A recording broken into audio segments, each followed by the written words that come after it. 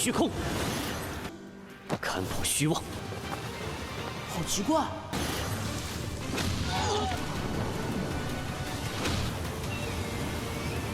天神领域，这人无非就是冲着我的混沌道体。适才你展现出了非凡实力。你我这么说，你是打算前方便是议事大厅。四，定也天资不凡。据说是上古赤焰龙王敖九言。这老小子目光深海。Halo guys, welcome back to KD Universe. Mari kita lanjutkan babak Yunfei untuk Wan Jie Zhejun di Empire of Miraculums di part 165 yang harusnya rilis di Kamis kemarin. Nah, jadi kita semua bakal melihat Yunfei dan si naga langit yang diserang secara tiba-tiba oleh seorang praktisi misterius. Tapi setelah dicek ternyata praktisi itu udah meninggoy dan ada seseorang yang mengendalikan dia. Wah, siapakah itu? Penasaran kan? Kalau berdasarkan sedikit dulu buat part kemarin, kita semua sudah melihat 3 tetua inti yang mengadakan pertemuan untuk membahas naga langit atau Aotian. Sebenarnya mereka tidak masalah jika memang Aotian pengen menduduki posisi tuan muda klan naga guys. Tapi salah satu tetua inti yang bernama Aotian itu tertarik sama si Yunfei. Soalnya jika tubuhnya Yunfei dimurnikan, maka pasti mereka akan mendapatkan kekuatan yang sangat dahsyat. Namun, kedua tetua lainnya nggak setuju akan hal itu. Di sisi lain, tepatnya di tempat peristirahatan, si naga langit, Yunfei dan Yunlong sedang asik minum bersama sambil ngobrol-ngobrol. Mereka tidak menyangka di klan naga memiliki anggur yang sangat enak. Tapi Yunlong sebenarnya penasaran guys, dengan apa yang terjadi dengan Raja Naga Es dan Raja Naga Api di masa lalu, yang dimana kedua orang tuanya. So, maka dari itu, kita masuk ke intro ya guys.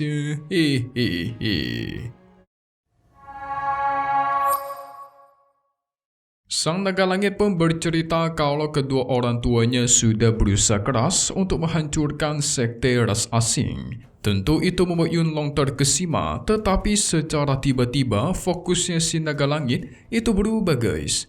Ketika dia melihat ada seekor burung yang datang ke arahnya. Dan setelah dilihat secara seksama, ternyata itu bukanlah burung, melainkan ada seekor naga bersayap yang dikendalikan oleh seseorang. Ditambah orang yang mengendalikannya tidak terlihat seperti praktisi klan naga es. Gak cuma itu, secara tiba-tiba naga langit menyerang dengan cara menyemburkan api ke arah mereka, membuat mereka semua panik dan langsung menghindar dan tuar.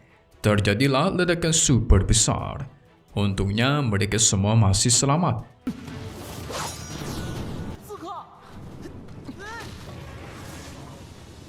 Tetapi praktisi itu langsung kembali menyerang dengan ketiga klonnya guys. Yunfei yang terhempas. Para klon memakai kesempatan itu untuk melancarkan serangan tebasan pedang. Secara tepat waktu Yunfei kita menggunakan pelindung lonceng dan menahan serangan itu. Yunfei tidak mau kalah, menggunakan mata dewa dan menghentikan pergerakan musuh. Alhasil, sang praktisi misterius pun langsung terkejut dan tidak bisa bergerak. Enggak cuma itu, Yunfei melancarkan teknik Taishan Guangshi. Udah lama kita nggak lihat nih, sehingga tuar. Semua klon milik praktisi itu pun lenyap seketika guys.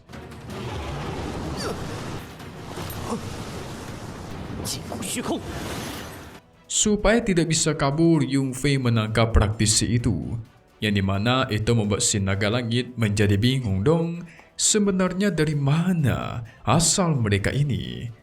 Untuk mengetahui hal itu, Yunfei menggunakan kekuatan mata dewa buat melihat siapakah dalam di balik penyerangan ini. Tapi apa yang terjadi guys? Ternyata kultivator dan naga itu sudah meninggoy dan sedang dikendalikan. Melihat hal itu, Yunlong menduga kemungkinan dalam di balik penyerangan ini berada di tingkat kesengsaraan tingkat 5. Soalnya si naga dan praktisi itu sudah mencapai tingkat kesengsaraan keempat guys. Naga langit penasaran emangnya berapa banyak orang yang berada di tingkat 5 pada klan naganya. Ternyata cuma 4 tetua inti klan naga saja. 看破虚妄，好奇怪， Karena nggak sabar, Yunfei melesat maju memastikan sendiri siapakah yang menyerang itu. Tapi secara tiba-tiba, di belakang praktisi tersebut muncullah sosok iblis yang melesatkan tombak ke arah Yunfei. Untungnya Yunfei masih bisa menghindari serangan itu guys. Gak cuma itu, praktisi tersebut menyerang kembali menggunakan serangan bertubi-tubi. Untungnya Yunlong gak tinggal diam, mengeluarkan sosok naga es dan menahan semua serangan tersebut. Tidak mau kalah, sang musuh menyerang kembali dengan 2 tombak emas. Tapi sayang, dengan mudah Yunfei kita menghancurkan tombak itu. Dia bakal membalas dengan kekuatannya ke langit, mengurung praktisi tersebut. Sialnya, secara tiba-tiba musuh itu meledakkan diri dan dia lenyap seketika guys. Aduh.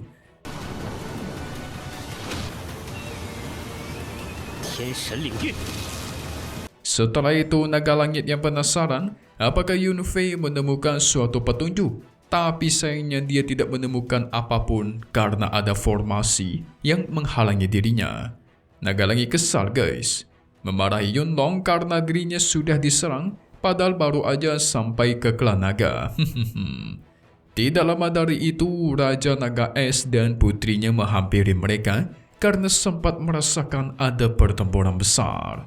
Yunlong menjelaskan semua sudah terjadi, tapi Raja Naga Es menenangkan mereka, berjanji akan mengurus hal ini di masa depan. Dia juga menyuruh Yunlong agar segera memimpin tim patroli memeriksa sekitar klan. Karena merasa tidak enak, dia memberikan tempat tinggal baru kepada Yunfei dan juga si naga langit.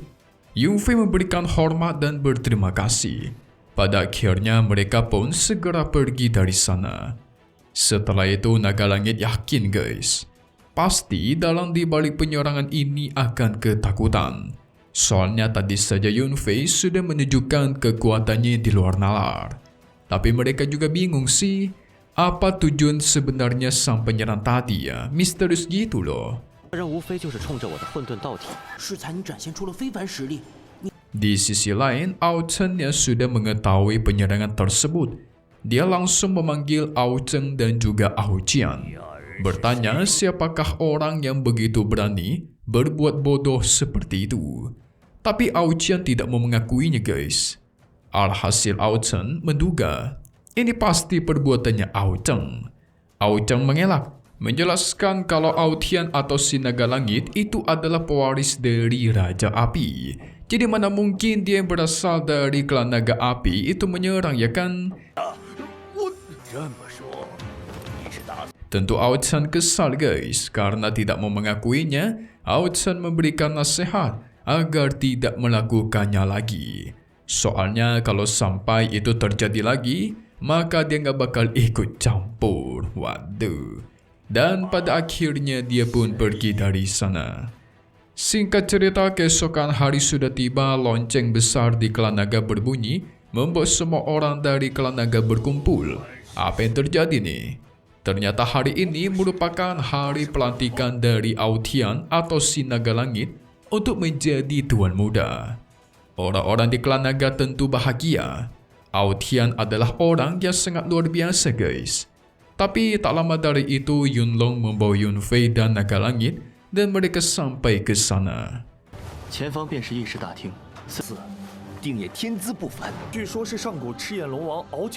Melihat itu membuat orang-orang di sekitar semakin yakin.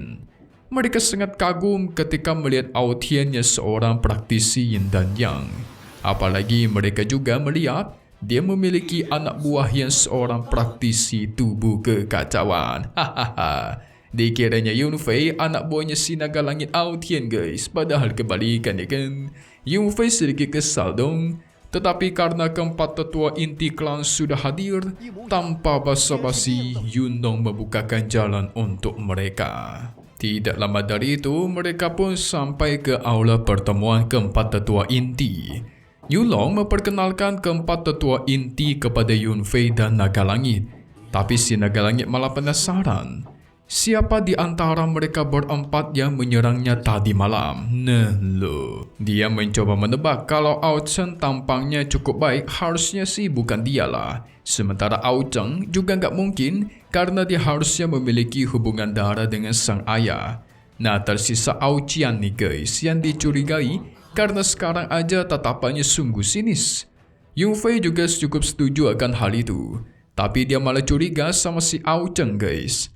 这老小子目光森寒，龙王和我父王一脉应该也不是。那老头子慈眉善目，看起来。 Setelah itu Raja Naga Es memperkenalkan mereka kepada semua tetua inti yang berada di sana. Dia menjelaskan Ao Tian akan menjadi tuan muda klan naga karena sekarang posisi itu sedang kosong. Keempat tetua inti langsung setuju karena bisa dibilang Ao Tian masih terhitung sangat muda. Tapi Ao Chen mengingatkan guys, untuk menjadi tuan muda klan naga bukan cuma harus mendapatkan restu dari keempat tetua inti, tapi Ao Tian juga harus memasuki medan perang kuno di klan naganya demi mendapatkan persetujuan dari para leluhur. 龙族有规矩，少诸位。太好了，都同意了。诸位说的都在理。 Wah, sepertinya habis ini Yung Fei dan si Naga Langit akan memasuki medan perang kuno. Kira-kira bahaya macam apa yang akan mereka temui? Seru ini ya guys ya. Kita masuk ke bagian spoiler aja deh biar pada nggak kepo. Part 168-nya akan rilis lagi nanti. Jadi singkatnya kita semua bakal melihat Yung Fei dan si Naga Langit merayakan keberhasilan mereka sambil minum-minum teh. Tapi Yung Fei penasaran, bertanya kepada si Naga Langit kalau dibandingkan ayahnya dulu, siapakah yang lebih kuat, antara dia ataukah sang ayah. Ternyata guys, walaupun memang ayahnya si Naga Langit adalah seorang jenius, tapi nyatanya Yung Fei masih lebih kuat. Yung Fei tersipu malu dong. Wah, ini pertama kalinya Lord kita bertanya seperti itu ya, ngebanding-bandingkan diri sendiri. Dan gitu malu-malu pula. Nah, tapi kan si Aoqian tadi kan ingin memurnikan tubuh Yung Fei. Kita lihat di squad apa guys. So, kita tunggu lagi di part 168 Wan Jie Zhejun. Babang Yung Fei dan satu hal yang pasti cuma di sini ya guys ya, KD Universe. Thank you buat kalian semua nonton dan selalu support channel Mimin. Semoga kalian semua sehat selalu. Memang pamit undur diri dulu, kita bakal ketemu lagi di video-video selanjutnya. Oke kalau gitu, see you guys.